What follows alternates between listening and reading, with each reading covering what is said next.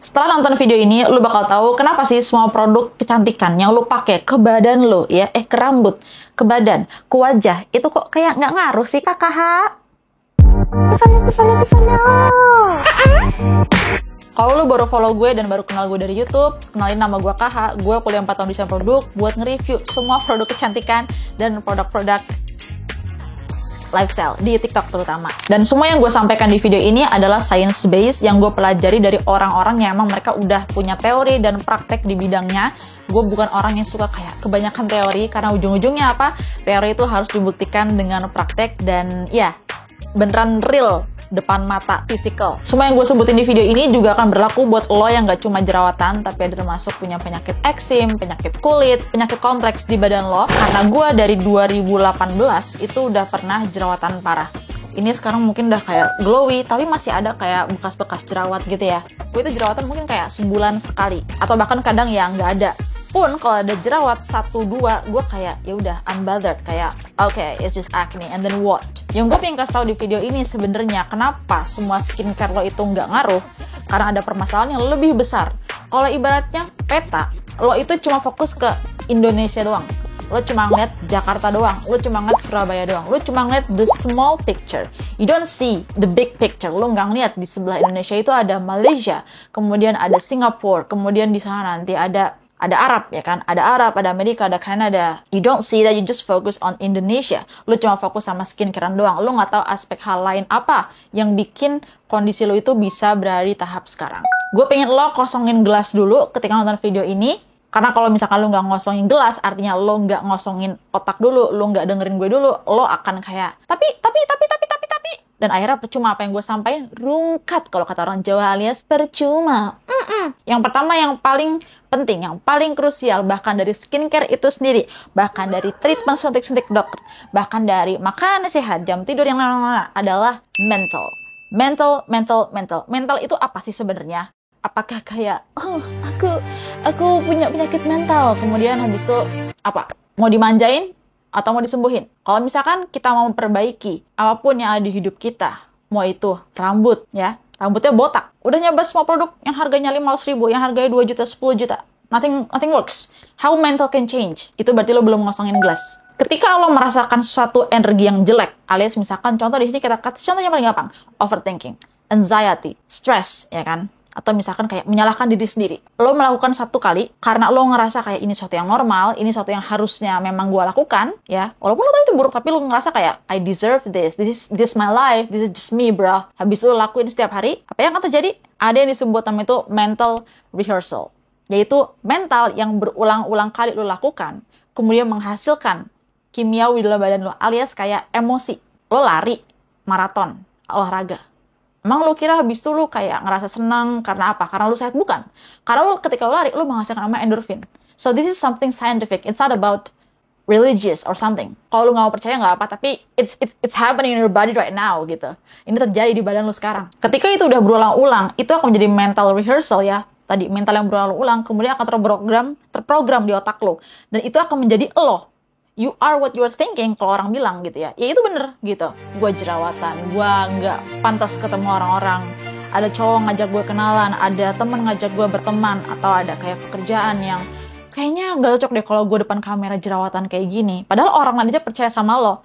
Dengan lo masih mental kayak gitu, lo nggak akan bisa keluar dari this bubble, penjara ini. Jadi lo harus kontrol yang namanya diri lo sendiri. Dan gue di sini ngomong soal mental, atau ya tadi gampangnya mungkin orang ngomong stress management. Ketika lo lagi sedih, jangan buka social media, jangan dengerin lagu sedih ya. Stop repost postingan dengan harapan orang yang belum nyakitin lo akan notice, kemudian akan datang kepada untuk kayak, oh gue liat repostan lo, gue minta maaf. No.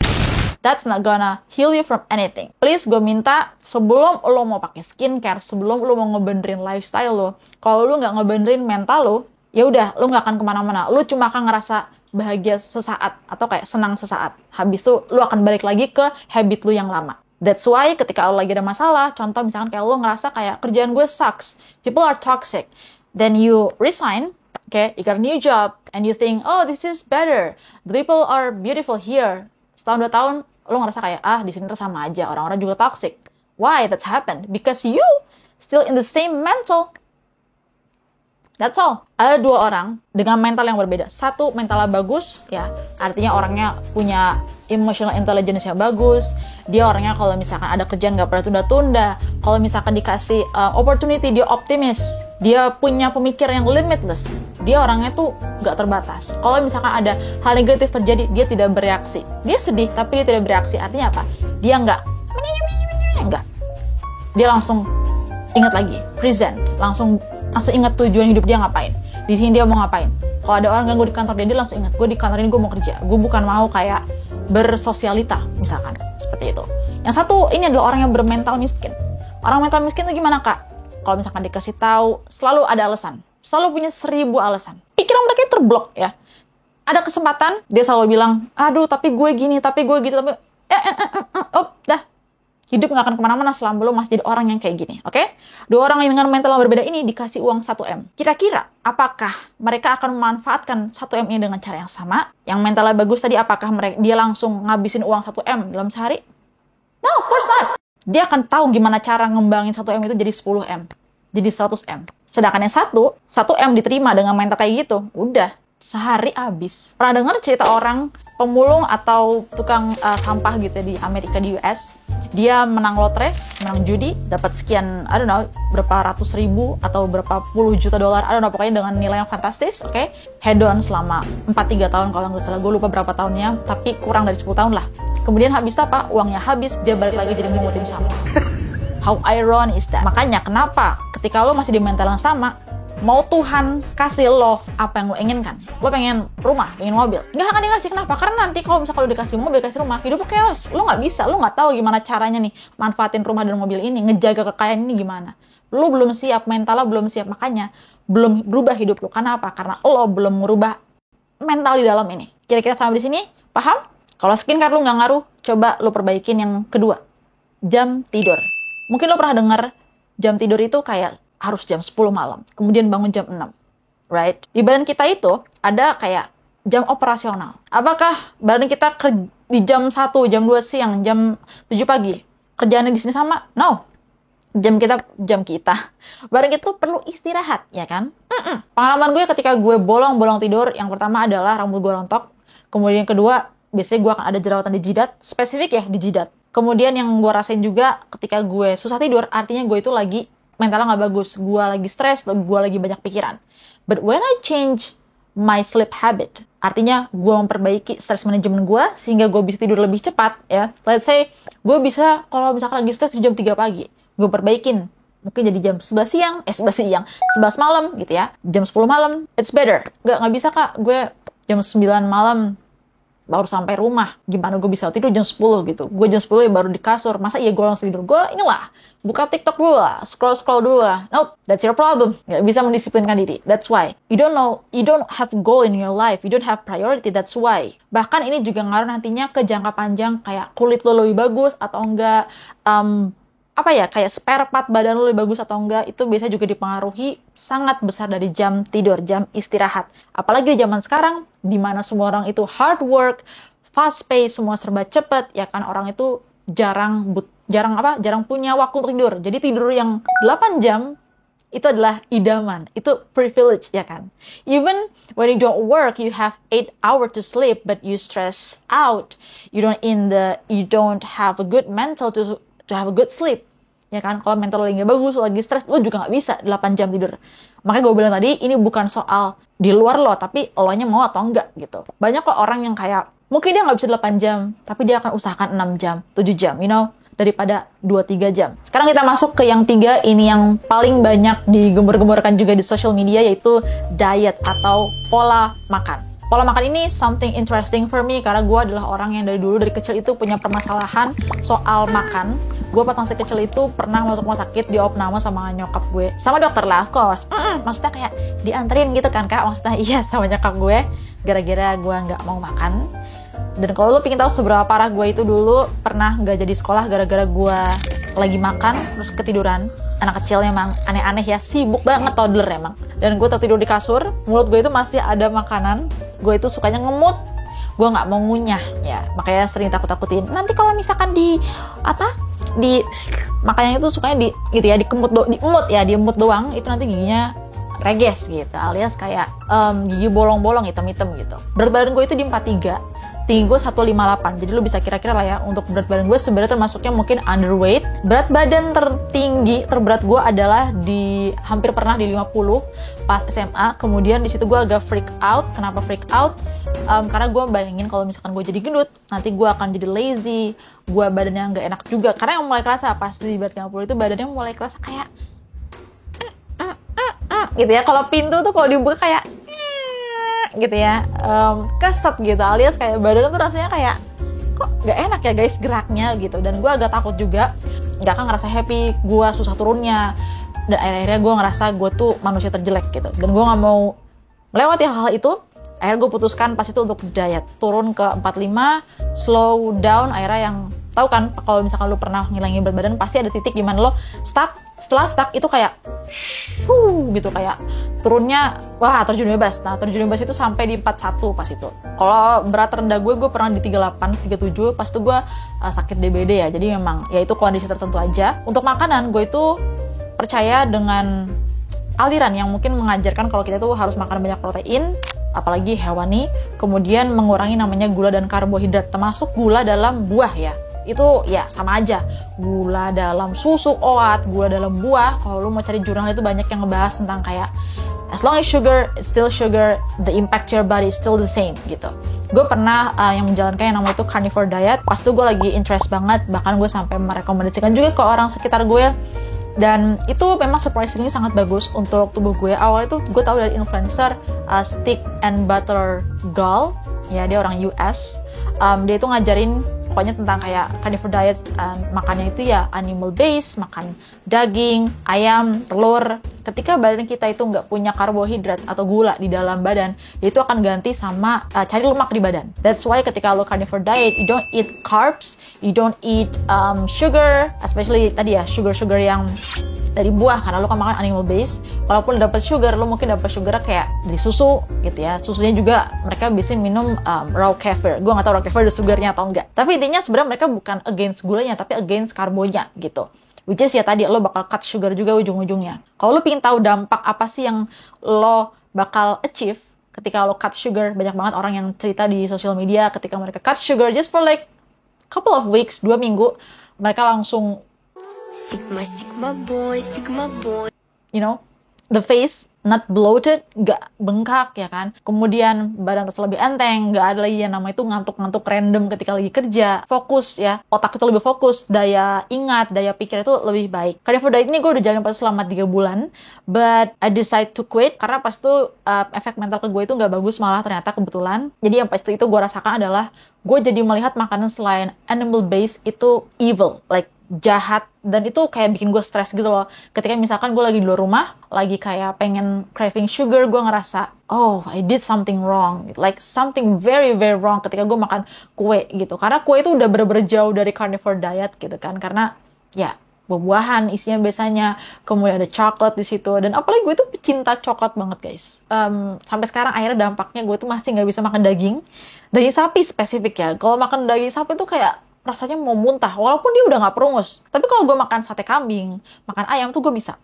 Jadi akhirnya sekarang gue lebih ke keto diet. Nah kalau keto diet sama juga dia cut karbo, tapi gue masih bisa makan nasi sesekali gitu, walaupun nggak setiap hari ya. Gue masih bisa makan, you know, keto cakes gitu. Sebenarnya carnivore diet juga ada yang makan kue ya, karena kue kan banyak yang dibikin dari telur. Boleh makan telur kan kalau misalkan di carnivore diet. Kemudian makan butter juga. I don't know, I just feel bad, dan gue lebih percaya intuisi gue untuk menjalani kehidupan.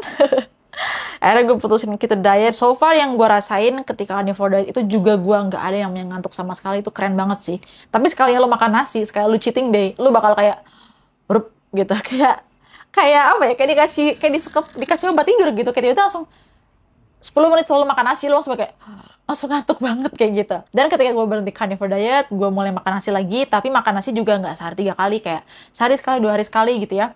Ya gue juga berkurang ngantuknya gitu. Cuma mungkin memang kejernihan pikirnya itu ketika carnivore diet berbeda sih. Kalau misalkan ada yang bertanya, kenapa nggak kayak balanced diet? You know, balanced diet itu kayak, yaudah sih makan sesuai dengan ininya aja, seimbang aja. Girl, you sure saying that? Nggak, jangan naif ya. Lo yakin lo bisa ngontrol diri lo tahu Oh, hari ini gue udah makan gula 30 gram. Oh, hari ini gue udah makan karbo sekian. You don't know. Mungkin kalau lu pernah ke psikologi, entah itu untuk konsul ya, ketika lagi stres mereka bilang, oh, don't eat cake, don't eat something sweet, right? But you really want to eat something sweet when you're stressed out. You crave for it, right? Lu pengen makan manis sebenarnya padahal. Dan orang bilang, nanti lu tambah stres, gini-gini. Enggak, kalau gue makan manis kok malah lebih happy. Iya, happy, tapi happy cuma berapa? 30 menit, sejam, and then what? You stress again, right? And then it getting worse gitu. Karena ketika lo makan manis, everything is messed up. Dan gue udah ngerasa sendiri ketika gue ngurangin namanya manis, itu gue lebih ngantuk, gue bisa lebih fokus kerja. Gue switch dari milk chocolate, itu gue ganti jadi kayak dark chocolate, and it actually tastes better. Ketika lo kebanyakan makan ultra processed food, and then you stop, and then you try to eat again, it tastes like a rubbish. Rasanya kayak sampah, guys. Beneran kakak, terus. Ya, kalau lo biasa minum kopi hitam, tiba-tiba lo dikasih kayak kopi saset instan, lo juga bakal ngerasa itu kayak, itu apa anjir, minuman sampah. Ya, lo harus punya kayak strict restriction, kayak, oke, makan coklat cuma sekian gram seminggu. That's better daripada lo kayak berlindung di balik kata seimbang. Cause, just be honest, we don't have balance in our life. Kita pasti bias ke kiri atau ke kanan, nggak ada di tengah-tengah. Kalau di tengah-tengah hati lo bingung. Oke? Yang terakhir, ini adalah yang paling disenangin orang, yaitu olahraga atau physical activity. Physical activity ini sangat bagus buat memperbaiki kulit, rambut, bahkan mental juga. Karena ketika lo olahraga, let's say ketika lo lagi lari, atau lo lagi gym, angkat beban, lo akan fokus ke rasa sakit, the pain, you'll focus on yourself, how to handle this pain. Artinya lo berada di kondisi present. Ini ada kaitannya dengan mental. Makanya kenapa setiap lo dalam keadaan, mungkin ketika lo ada pernah lagi patah hati, lo kayak ke gym, habis itu lo ngerasa happier. I feel happier, that's why. Because you're in the present moment in your life. Lo gak fokus sama yang kemarin-kemarin apa terjadi di hidup lo gak fokus juga worrying about your future. You just, in this time, when you're being present, you're actually happier karena lo fokus, ya, gue sekarang lagi nge-gym nih, gue lagi membentuk otot, gue lagi glowing up, you have these hopes yang bikin lo ngerasa lebih happy. And also, when you working out, ketika lo lagi olahraga, lo menghasilkan yang namanya itu endorphin.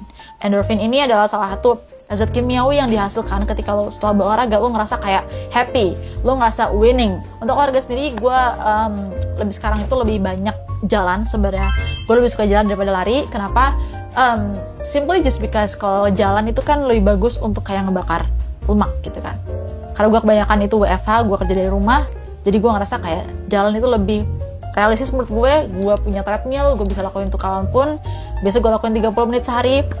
Kalian bisa pilih, kalian mau berjalan, berlari, ya mungkin kalau berlari lebih ke kardio, lo ngelatih kayak detak jantung dan lain-lain ya kan. Biasanya nanti efeknya badan lo itu kayak fatnya hilang dan lebih kering gitu ya. Dan ya silakan consider ya, panas juga biasanya kalau sering lari lo akan, ya kulitnya akan gosong, dan itu kita nggak bisa deny ya. Gue juga pilates, tapi pilates tuh gue kayak masih belum bisa konsisten setiap minggu banget. Kadang kayak 2 minggu sekali, jadi kalau sebulan tuh mungkin kayak cuma 2-3 kali. Karena pilates tuh berat banget guys. Gue itu biasanya kalau sebelum pilates itu harus kayak mangan dulu ya, mangan si akeh, minum protein sing akeh ya, biar ada energi. Karena kalau nggak gitu nanti gue habis pilates tuh kayak, ya ampun, ya Allah, asyhadu alla ilaha illallah, ya rasanya mau metong. Itu yang bisa lo lakuin ketika skincare lo itu udah nggak ngaruh. Karena gini guys, kalau misalkan lo kasih sesuatu, tanaman let's say, vitamin, kasih air, tapi dia sendiri tuh udah busuk, do you still think that it's gonna fix it? Vitamin tadi, vitamin buat tumbuhan dan air, bahkan matahari, udah nggak ngaruh. Why? Because it's dead inside. It's actually dead inside. That's what I want to tell you. Hal-hal di luar yang lo kasih ke badan lo itu nggak ngaruh, karena sebenarnya rusak itu apa? Di dalam lo. If you want to glow up, becoming better physically and mentally, you have to change yourself first. Hope this helps and see you in the next video. Gue upload video itu setiap hari Jumat jam 5 atau jam 6. Don't forget to subscribe, nyalain ting-tingnya. Bye-bye, see you next week.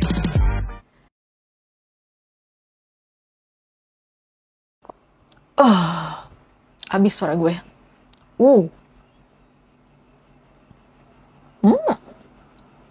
So glowy.